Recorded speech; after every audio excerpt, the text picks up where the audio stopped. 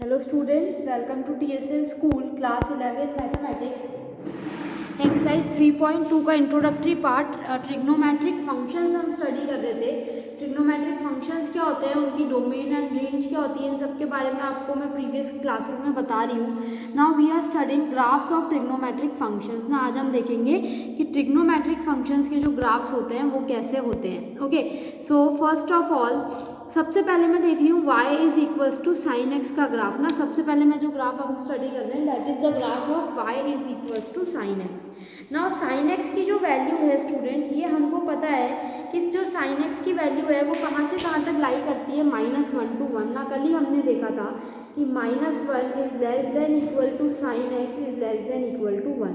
और इसकी डोमेन क्या होती है r, और जो इसकी रेंज होती है वो क्या होती है -1, 1। तो सबसे पहले एक पे चीज़ ध्यान रखना, डोमेन को हम हमेशा x एक्सिस पे ड्रॉ करते हैं और रेंज को हमेशा हम y एक्सिस पे ड्रॉ करते हैं। तो डोमेन को जैसे ही मैंने x एक्सिस पे बनाई तो ये मैंने इसकी डोमेन बना दी और ये मैंने इसकी रेंज बना दी 1 एंड -1। तो ये जो ग्राफ है साइन एक्स का वो 1 और -1 के बीच में ही मूव करेगा। क्लियर है? नाउ डोमेन इसकी r है, यानी जैसे जैसे मैं इसको वैल्यूज़ देती जाऊंगी, तो हमने क्या देखा था कल कि 0 से 1 तक, जो 0 से π/2 तक साइन एक्स की वैल्यू इंक्रीज होती है। 0 से 1 तो ये इंक्रीज हो गई, फिर π/2 से पाई, यानी यहाँ पे ये आ गया second quadrant. This is my first quadrant. Second quadrant में जो होता है वो साइन एक्स की वैल्यू क्या होती है, यहाँ पे डिक्रीज होती है। तो ये 1 से 0 पे वापस क्या हो गई, डिक्रीज हो गई। अब ये पाई से this is pi and this one is 3π/2, ये क्या है 3π/2। और पाई से 3π/2 पे जो साइन की वैल्यू है वो क्या होती है, 0 से -1 वापस क्या होती है, डिक्रीज। और यहाँ पे फोर्थ क्वाड्रेंट में इसकी वैल्यू वापस -1 से 0 क्या होती है, इंक्रीज होती है। ये कल हमने पढ़ा था। तो बिल्कुल इसी बेसिस पे ये देखिए, ये इसके एक ग्राफ का हमने यहाँ पे सर्किल पूरा किया।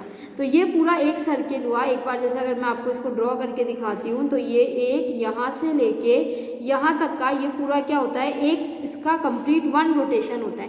फिर यहाँ से 2π से 4π तक ये वापस अपने आप को रिपीट करेगा। जो पॉजिटिव एक्स एक्सिस पे बना है सेम यही यहाँ नेगेटिव में बनेगा। नेगेटिव में जैसे ही हम आते हैं तो यहाँ पे पहले इसकी वैल्यू 0 से -1, देन -1 टू वापस 0 इंक्रीज, देन वापस इंक्रीज होएगी, फिर ये होएगी तो 0 से -2π पे। तो इसका जो कंप्लीट साइकिल होती है वो कितने की होती है, 2π की होती है। यानी 2π के बाद जो साइन एक्स का ग्राफ है वो अपने आप को क्या करता है स्टूडेंट्स, रिपीट करता है। तो ये बात हुई साइन एक्स की। इसी तरह से अगर मैं कॉस एक्स के ग्राफ की बात करूँ तो ये मेरा कॉस एक्स आ गया। कॉस 0 कितना होता है, 1, तो 0 पे वैल्यू कितनी होती है, 1। अब कॉस एक्स की भी डोमेन तो क्या होती है r, और जो इसकी रेंज होती है, इसकी रेंज भी कितनी होती है, -1 to 1। क्लियर है? तो कॉस एक्स की अगर मैं बात करूँ तो इसकी डोमेन और रेंज -1 to 1, यानी इसका ग्राफ भी किस रीजन में लाई करेगा, -1 to 1, यानी सिर्फ -1 से 1 के बीच में इसका ग्राफ जो है वो लाई करेगा। हमने देखा भी था जैसे कि इनकी वैल्यूज होती है, 0 पे 0 होती है, देन द वैल्यू इज 1/2, फिर 1/√2, फिर √3/2, फिर 1। तो सारी वैल्यूज क्या है, 1, 0 और 1 के बीच में ही है सारी वैल्यूज, है ना।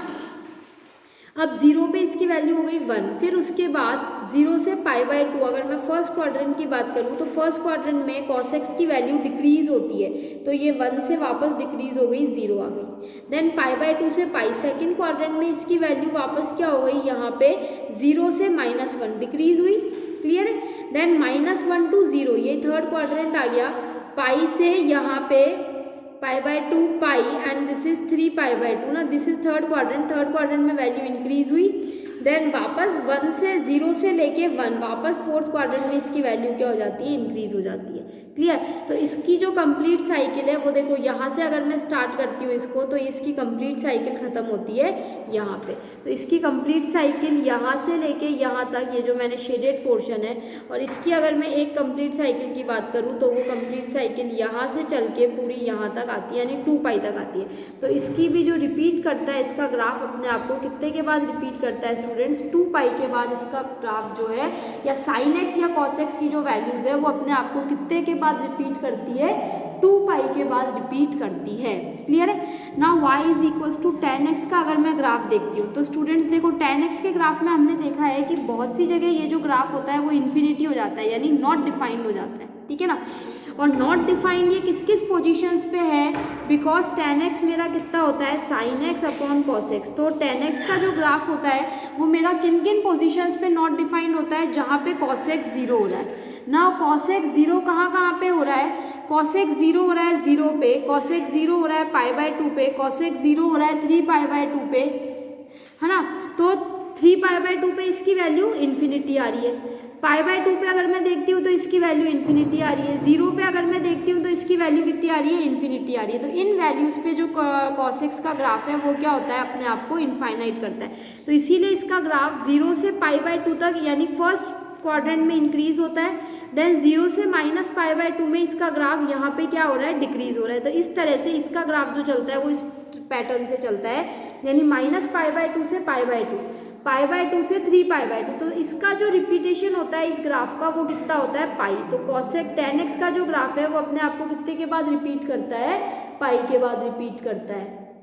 y is equals to cot x की अगर हम इसी तरह से अगर हम cot x, sec x और cosec x के ग्राफ्स को देखते हैं तो ये cot x का ग्राफ है, इसका भी जो रिपीटेशन पीरियड होता है पाई, sec x का भी पाई होता है और cosec x का भी कितना होता है स्टूडेंट्स, पाई होता है। So we will continue the graphs of trigonometric functions in our next class. Thank you students.